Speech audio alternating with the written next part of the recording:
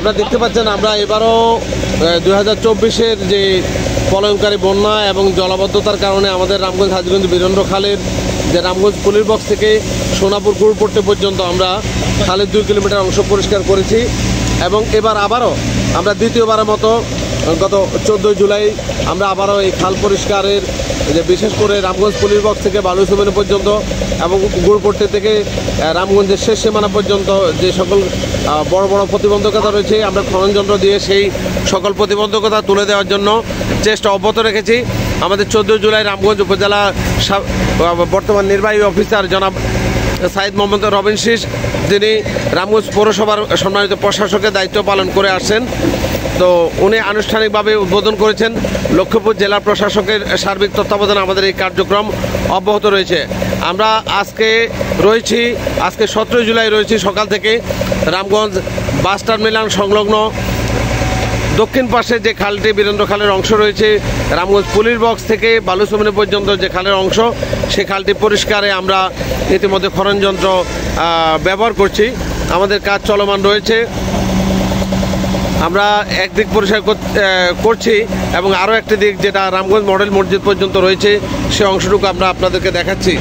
ময়লা আবর্জনার ভাগাড়ের অবস্থা আপনারা দেখলে নিজ চোখে না দেখলে বিশ্বাস করতে পারবেন না যে এই খালের যে করুণ পরিণতি, এই পরিণতির জন্য দায়ী হচ্ছে রামগঞ্জ এই বীরেন্দ্র খালের আশেপাশে বসবাসকারী বিশেষ করে ব্যবসায়ীরা যারা প্রতিদিনকার ময়লা আবর্জনা এই খালে ফেলছেন। অথচ রামগঞ্জ পৌরসভা কর্তৃপক্ষ 2024 সালের যে 2 কিলোমিটার অংশ পরিষ্কারের পর আমরা এই উপজেলা নির্বাহী অফিসার জনাব মোহাম্মদ মামুন মহোদয় তিনি পৌরসভা থেকে বিভিন্ন ডাস্টবিন, প্লাস্টিকের ডাস্টবিন এবং সাইড ডাস্টবিন সকল বাসাবাড়ির সামনে, ব্যবসা প্রতিষ্ঠান, দোকানপাটের সামনে দেওয়ার পরেও তারা আবারও সেই খালেই ময়লা আবর্জনা ফেলছেন।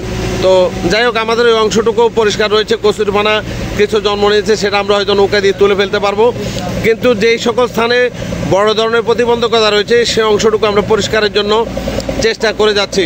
আশা করছি আপনারা অবশ্যই আমাদেরকে সহযোগিতা করবেন এবং আর্থিকভাবে সহযোগিতা আমরা চাই না, আমাদেরকে ভালো কোনো পরামর্শ দিয়ে আমাদেরকে সহযোগিতা করবেন। আমাদের উপজেলা নির্বাহী অফিসার জনাব সাইদ মোহাম্মদ রবিন শীষ জানিয়েছেন যে এই খালটি পরিষ্কারে যতদিন সময় লাগে এই সময়টুকু এই খালে অবশ্যই আমরা যেন কাজ করে থাকি। আমাদের 10 জন শ্রমিক কাজ করে যাচ্ছে আজকে 4 দিন নতুন করে 2024-এর মতো সেই 2025-এর জুলাই 2024-এর জুলাই আমরা একই সময় পরিষ্কার করেছি। আবারও 2025-এর জুলাই মাসে আমরা আবারও সেই খাল পরিষ্কারের উদ্যোগ গ্রহণ করেছি। তো আমাদের এই এলাকার বেশ কিছু বয়স্ক মানুষের সাথে আমরা কথা বলেছি। এখানকার যারা একসময় দেখেছেন যে এই খাল দিয়ে সেই সুদূর ঢাকা থেকে পালতোলা নৌকা আসতো, নৌকা এসে আমাদের জন্য এই এলাকার জন্য রামগঞ্জ সোনাপুর ছিল একসময় এই এলাকার রাজধানী। সেই রাজধানীতে নিয়ে আসতো রসুন, পেঁয়াজ, তেল, লবণ এই ধরনের পণ্য নিয়ে আসতো, আর এখান থেকে ঢাকা সহ দেশের বিভিন্ন স্থানে যেত পাট, ধান, নারকেল এবং সুপারি। কারণ আপনি জানেন যে আমাদের এই এলাকার এই লক্ষ্মীপুরের একটি কবিতার কথা মনে পড়ে, আছলে মেঘনার মায়া ডাকাতিয়ার বুকে রহমত খালি বই চলে মৃদু এঁকে বেঁকে নারকেল, সুপারি আর ধানে ভরপুর আমাদের প্রিয় আবাসভূমি প্রিয় লক্ষ্মীপুর।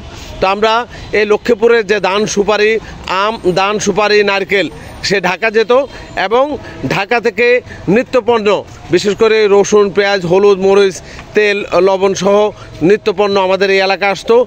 আর এখানকার এই নৌকা এই খাল বীরেন্দ্র খাল দিয়ে আসতো এই সকল বড় বড় নৌকা।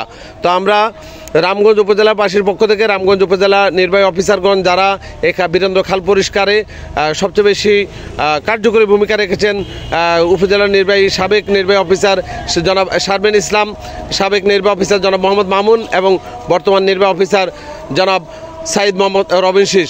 আপনারা জানেন 2024 সালের প্রলয়ঙ্কারী বন্যা থেকে রক্ষায় কার্যকরী ভূমিকা রাখার পিছনে আরও একটি সংগঠন, এই রামগঞ্জ উপজেলার সবচেয়ে বড় স্বেচ্ছাসেবী সংগঠন রামগঞ্জ ব্লাড ডোনার্স ক্লাবের একজাক তরুণ সদস্য এই খাল পরিষ্কার কার্যক্রমে অন্যতম সহযোগী হিসাবে কাজ করেছেন। অনেক স্বেচ্ছাসেবী সংগঠন আমাদেরকে সহযোগিতা করেছেন। আমরা সকলের প্রতি আন্তরিক কৃতজ্ঞতা ও ধন্যবাদ জানাচ্ছি। আবার দেখাবো ইনশাল্লাহ, আবার কথা হবে। আসসালামু আলাইকুম।